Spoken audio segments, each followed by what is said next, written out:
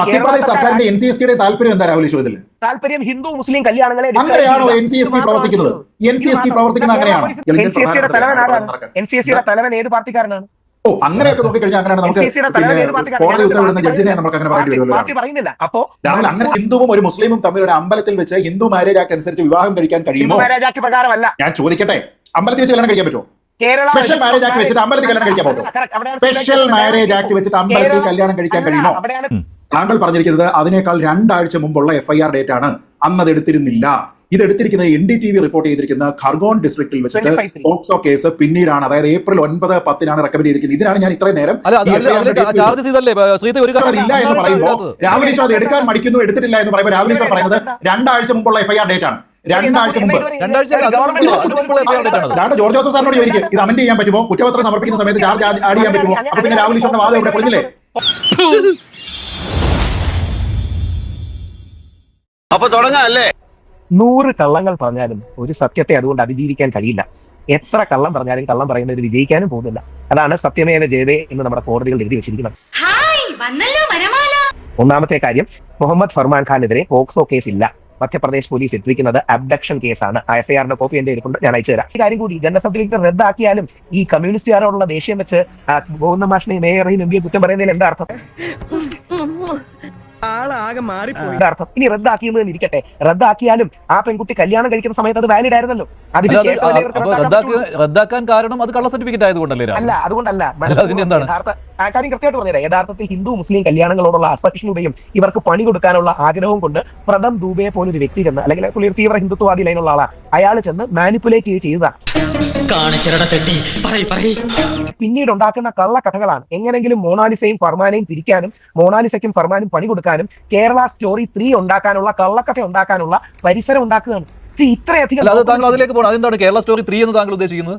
Kerala story 3 എന്ന് പറഞ്ഞാൽ കേരളത്തിൽ നിന്ന് ഹിന്ദു പിന്നോക്ക വിഭാഗത്തിലുള്ള പെൺകുട്ടിയെ ഞങ്ങൾ മുസ്ലിമിന്റെ കയ്യിൽ നിന്ന് തിരിച്ചു കൊണ്ടുവന്ന കള്ളക്കഥ ഉണ്ടാക്കാൻ മധ്യപ്രദേശിലെ ചില പവർഫുൾ ആയ ആൾക്കാർ ചെയ്യുന്നതാണ്. വല്ല പണിയെടുത്ത് ജീവിക്കാൻ മേലെ ഇതുപോലെ വ്യാജ പോക്സോ കേസായി മാറുകയാണ്. മൊണാലിസയ്ക്ക് 18 വയസ്സ് തികഞ്ഞു എന്നാണ് അത് വെരിഫൈ ചെയ്ത രാഹുൽ ഈശ്വർ പറയുന്നത്. 2 സർട്ടിഫിക്കറ്റുകളും വെരിഫൈ ചെയ്തിട്ട് മധ്യപ്രദേശ് സർക്കാർ കഴിഞ്ഞ ദിവസം റദ്ദാക്കിയ ജനന സർട്ടിഫിക്കറ്റ് ഉണ്ടല്ലോ, അത് സമ്മർദ്ദം ചെലുത്തി ചെയ്ത പണിയാണെന്നാണ് രാഹുലിന്റെ വാദം.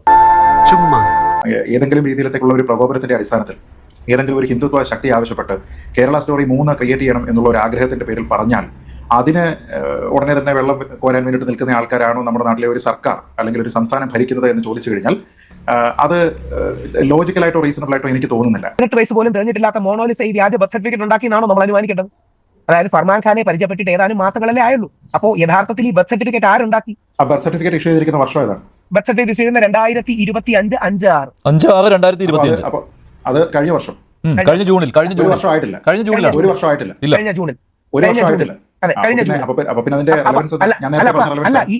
ഈ ഒരു ആവശ്യത്തിന് വേണ്ടി തയ്യാറാക്കിയതാണെന്ന് സംശയിക്കാവുന്ന രീതിയിലാണ്. വർത്താനം പറയാതെ മൈനർ അല്ല എങ്കിൽ മധ്യപ്രദേശ് സർക്കാരും NCSTയും, ഞാൻ പറഞ്ഞത് NCST എന്ന് പറഞ്ഞ ഏറ്റവും കൂടുതൽ ഇന്ത്യയിൽ അക്കൗണ്ടബിലിറ്റി ഉള്ള ഒരു ബോഡിയാണ്. അവർ എന്തിന്റെ പേരിലാണ് വെരിഫൈ ചെയ്തതിനു ശേഷം അത് വേണ്ടെന്ന് ഏതോ ഒരു പ്രഥം എന്ന് പറഞ്ഞ ഒരു വ്യക്തി പറഞ്ഞു കഴിഞ്ഞാൽ അയാളുടെ താളത്തിന് തുല്യൻ അയാൾ ഇന്ത്യൻ പ്രസിഡന്റ് ആണോ? തലവൻ ഏത് പാർട്ടിക്കാരനാണ്? ഓ, അങ്ങനെയൊക്കെ നോക്കിക്കഴിഞ്ഞാൽ അങ്ങനെയാണ് നമുക്ക് കോടതി ഉത്തരവിടുന്ന ജഡ്ജിനെ നമുക്ക് അങ്ങനെ പറയേണ്ടി വരുമല്ലോ.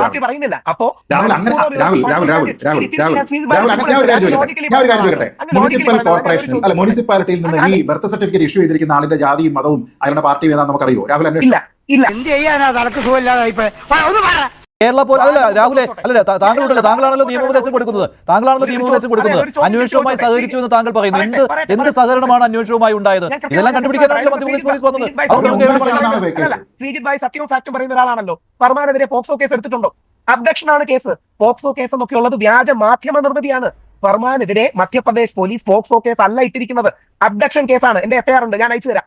യഥാർത്ഥത്തിൽ ഇവർക്ക് പ്രായം കുറവുണ്ടെന്ന് കാണിച്ച് ഇവരുടെ കുടുംബത്തെ തകർക്കാനും ഇവരുടെ കല്യാണത്തെ തകർക്കാനും ചില തീവ്ര വലതുപക്ഷ ശക്തികൾ രാഹുൽ, അതിന് NCSTയും മധ്യപ്രദേശ് സർക്കാരും കൂട്ടു നിൽക്കുന്നു എന്നുള്ളതാണ് രാഹുലിന്റെ ആരോപണം. സർക്കാരുകൾ കൂട്ടു, നമ്മുടെ ലെഫ്റ്റ് ഗവൺമെന്റ് എത്രയോ കള്ളക്കേസിൽ കൂട്ടു നിൽക്കുന്നു. അത് ശരിയായ ആരോപണം അല്ല രാഹുൽ. ഇതിന്റെ പ്രധാന എന്നാ പിന്നെ രാഹുൽ പറയുന്നത് അല്ല, ഞാൻ ഒരു കാര്യം ചോദിക്കാം. എന്നാ പിന്നെ രാഹുൽ പറയുന്നു പോക്സോ കേസ് ചാർജ് ചെയ്തിട്ടില്ല എന്ന്?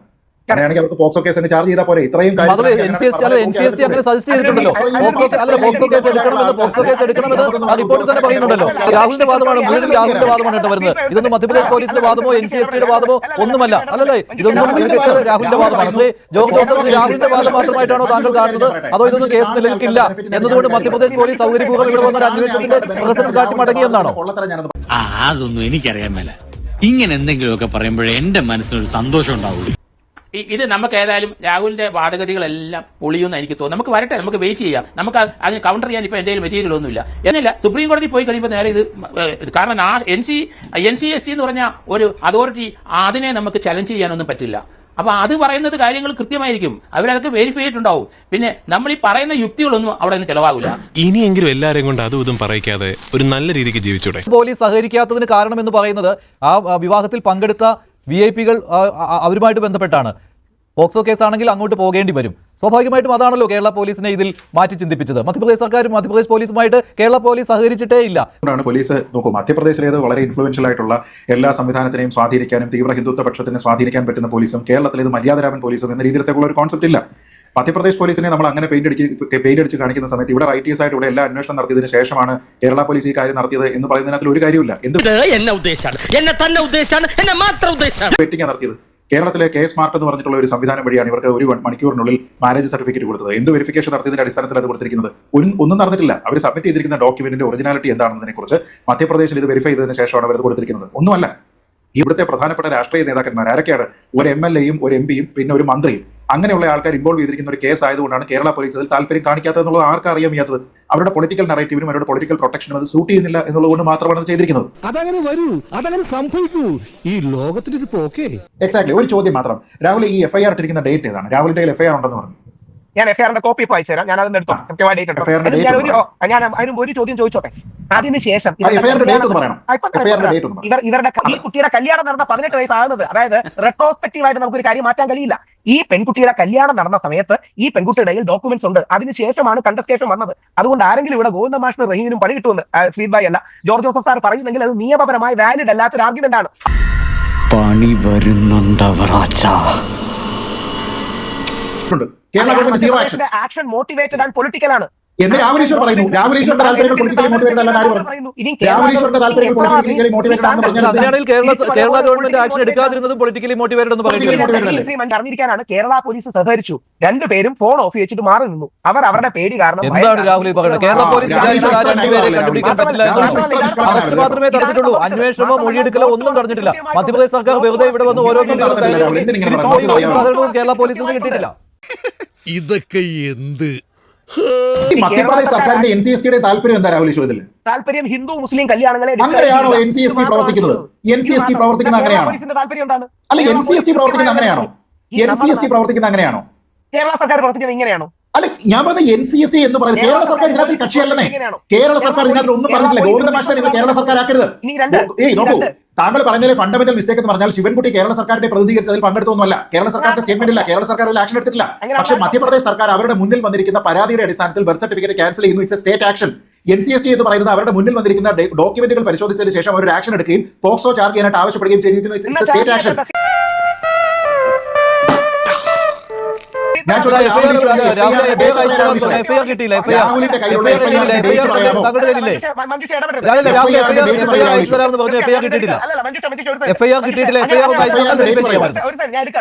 ഒരു കാര്യം കൂടെ, അങ്ങനെ സീറ്റ് ബൈ പറയുമ്പോഴത്തേക്ക് ഞാൻ എടുക്കാം. പോക്സോ അങ്ങനെ ചാർജ് ചെയ്യാൻ ഗവൺമെന്റ് പറഞ്ഞത് എന്താ? ധൈര്യം ഉണ്ടെങ്കിൽ പോലീസ് പോക്സോ എടുക്കാം. അതുകൊണ്ടല്ലേ ഞാൻ താങ്കളോട്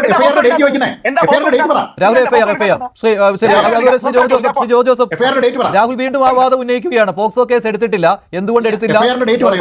NCST പറഞ്ഞതാണല്ലോ എടുക്കാനെന്ന്. അവന്റെ അഭ്യാസം ഈ ആരോമൽ ചേകവരോട് വേണ്ട എന്ന് പറഞ്ഞേക്കൂ. ശ്രീജിത് ഭായ് ചോദിച്ച ഡേറ്റ് ഞാൻ ശ്രീ മഞ്ജുഷ് ആദ്യം അയക്കാൻ ശ്രീജിത് ഭായിക്ക് അയക്കുന്നതായിരിക്കും. 25/3/2026. എക്സാക്ട്ലി.